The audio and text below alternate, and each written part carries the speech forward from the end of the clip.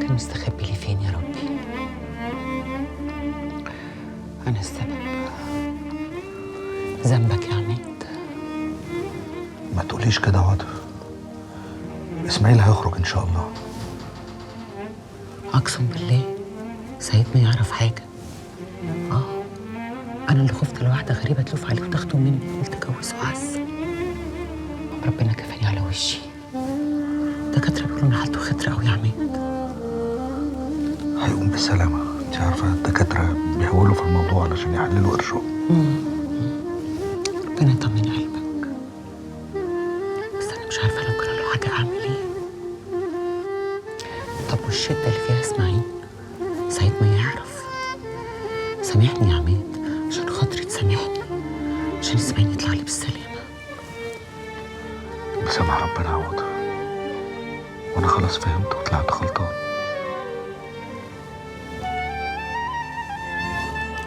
طول عمري أزعله وأشخط فيه وأنطر فيه. هو عمره ما زعلني زي كل الرجالة ما بتعمل مع نسوانها. يا إسماعيل، لما جت الدنيا تتعدل معانا انت اللي ملتي قلبي. ما تقوليش كده.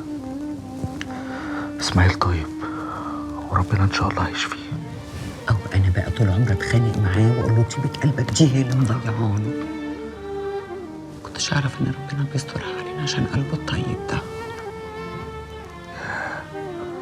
ده انت بتحبيه قوي.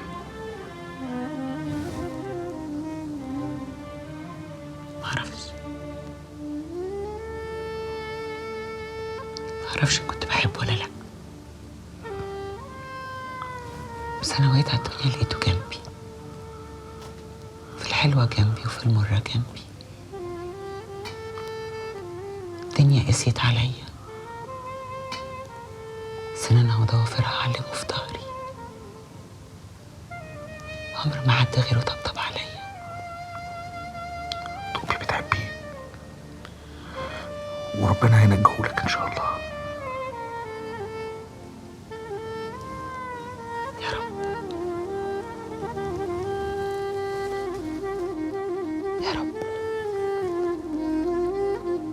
غمض عيني وفتحها، الاقي نفسي انا اللي جوه وانت اللي بره يا اسماعيل.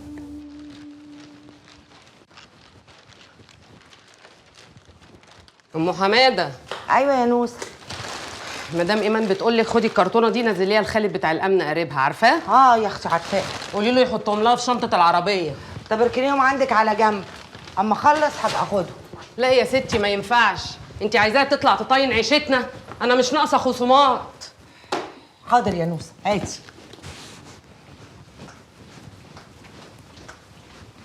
خلي بالك من الاوضه على بال ما ارجع. حاضر. الاوضه في عينيا.